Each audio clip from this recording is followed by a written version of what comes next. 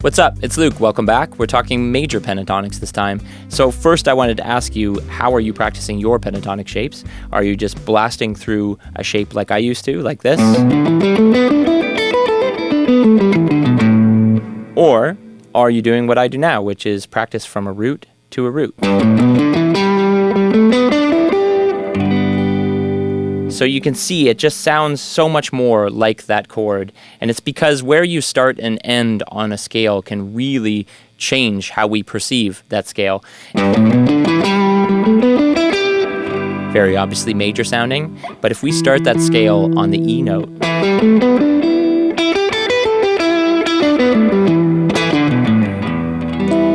sounds very E minor with the same notes, and that's because E is the relative minor of G, which we'll get to in another video, I'm sure.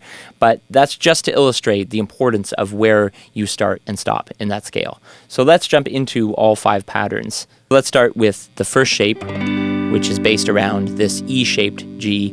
If you're not familiar with the cage system, just check out the other video in the description. So it looks like this.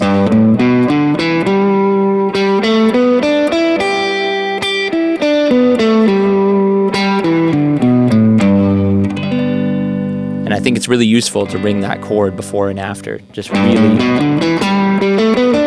really drives home the sound of that scale.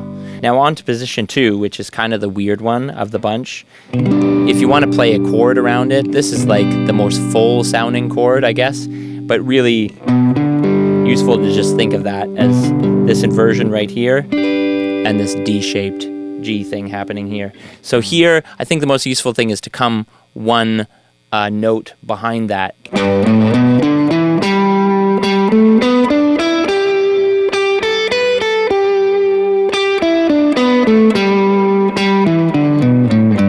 So we're borrowing that note from position 1, but I think that's really useful because it's so common.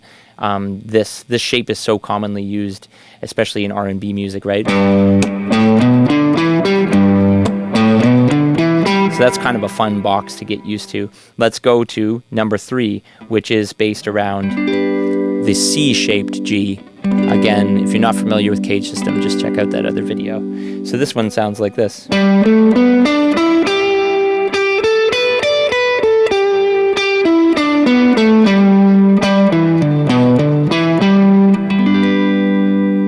And on to number 4, based off of this A-shaped G right here.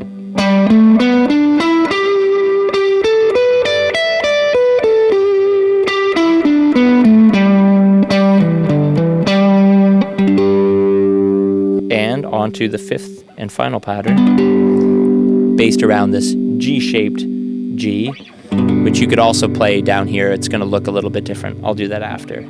So again, position number 5.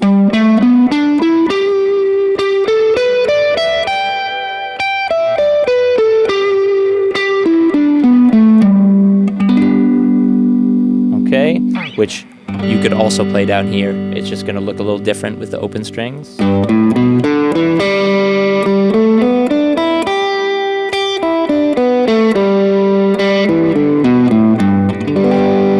that one is really useful for just creating riffs and stuff, right? That kind of stuff. So that's all 5 shapes. One final note about that is that I think you should stick to just one key until you're really wrapping your head around each of those shapes. Otherwise, if you try and do all different keys at the same time, I don't know, it just gets jumbled up in my head at least. And I think G is a really good one for that because of how it's laid out on the fretboard, but also E minor is the relative minor of G. So all of those shapes you'll recognize as E minor shapes. So like this one here, played over G sounds like major pentatonic, but played over an E, right, is that really familiar pentatonic shape.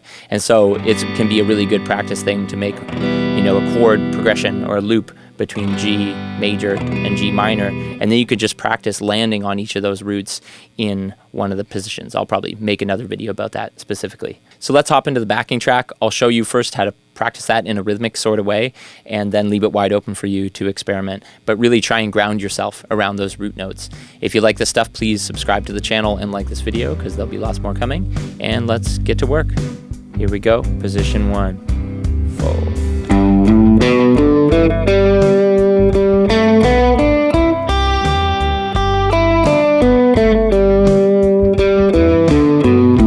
2.